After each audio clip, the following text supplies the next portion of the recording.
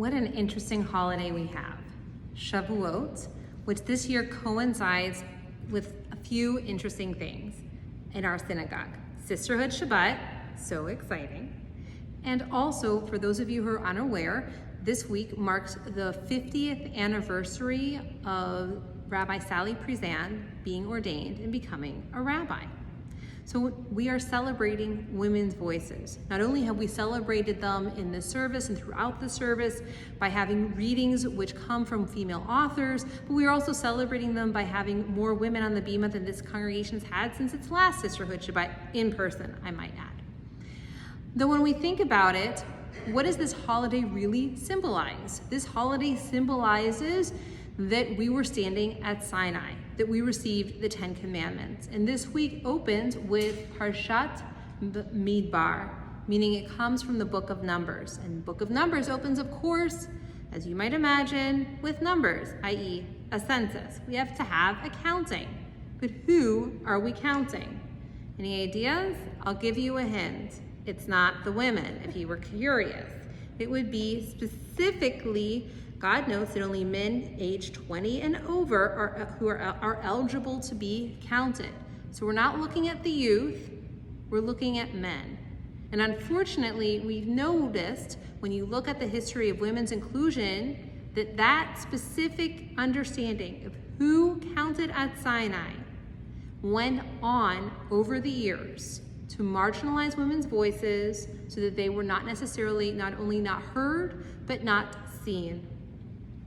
And now we have this wonderful gift where 50 years ago, Rabbi Sally Priesand became the first female rabbi. But if you read about what her experience was like and listen to her, she will be the first to tell you that opening a door was a lot of work and it wasn't easy. That before she became ordained, she went around the country to let people know what was happening and let them look at a female rabbi. She was the last person to be hired in her class, and she never was going to make it out or above her level at the congregation where she served in New York. She ended up serving a smaller congregation in the New York area, where she went on and had a very successful career. What was interesting is not only did she face challenges as somebody who is the first to do anything would, but she also had to contend with the whole understanding of what does it mean to have a women's voice in a religion that for so many years was full of male voices.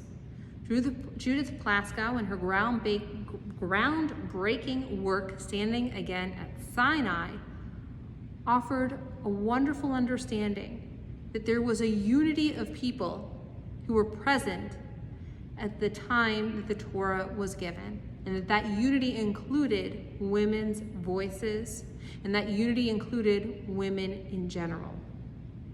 A gift that women have brought and continue to bring are many and varied. And when we think about the association with the book of Ruth and Shavuot, of course we start to understand that women had to be present at Sinai. After all, if we're going to read the book of Ruth, something that the rabbis began just a few years ago, in case you were curious, then we all became Jews. We all were welcome into the Jewish people, because before that we didn't accept the Sefer Torah, so we weren't necessarily Jews. So it wasn't just men who accepted it, all of us accepted it, and all of us were present. She articulated artfully in her book the value of including women's voices, the value including women's experiences, and that by simply focusing on one gender or 50% of the community, you're missing out on, well, quite a bit of the human experience. The gift that Judith Plaskow again stated in her book, Standing Again at Sinai, quote, set forth a pattern recapitulated again and again in Jewish sources. Women invisibility at such moments is perpetuated by the later tradition, which in its comments and codifications make women as objects of concern or legislation, but rarely sees them as shapers of tradition or actors on their own lives. The interesting thing about her words, unfortunately, is that we are seeing how true they are play out in our society.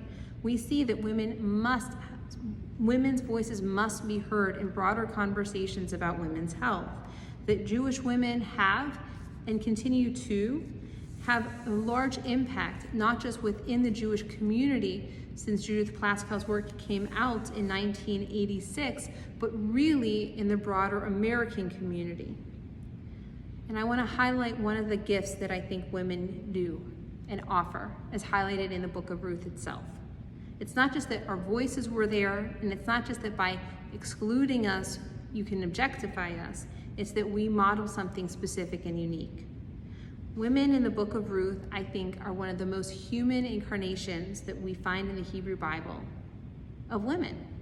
Why would you say this, or why would I say this? The book is full of conversations, many relationships. It's very relational in comparison to other books of the Bible. And I find it to be fascinating that you see the relationship between Naomi and Ruth, and they're having a conversation.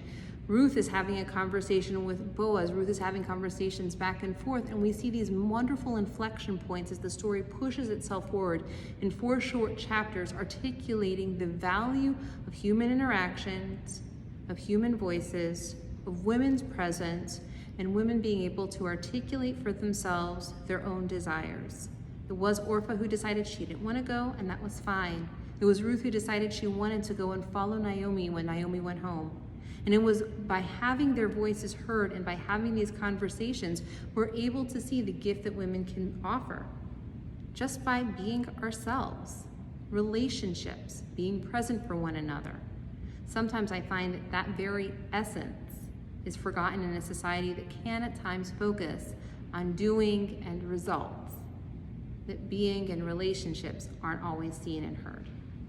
May the gift that women bring continue to offer and inspire us to be present with and for each other, not focusing on the results, focusing on being here, seeing the other person, hearing that their needs are going to be eventually met, I hope, so that not only are our experiences heard, our voices heard, but in complex conversations, by hearing us, we can guarantee the rights of all voices to be heard. Shabbat Shalom.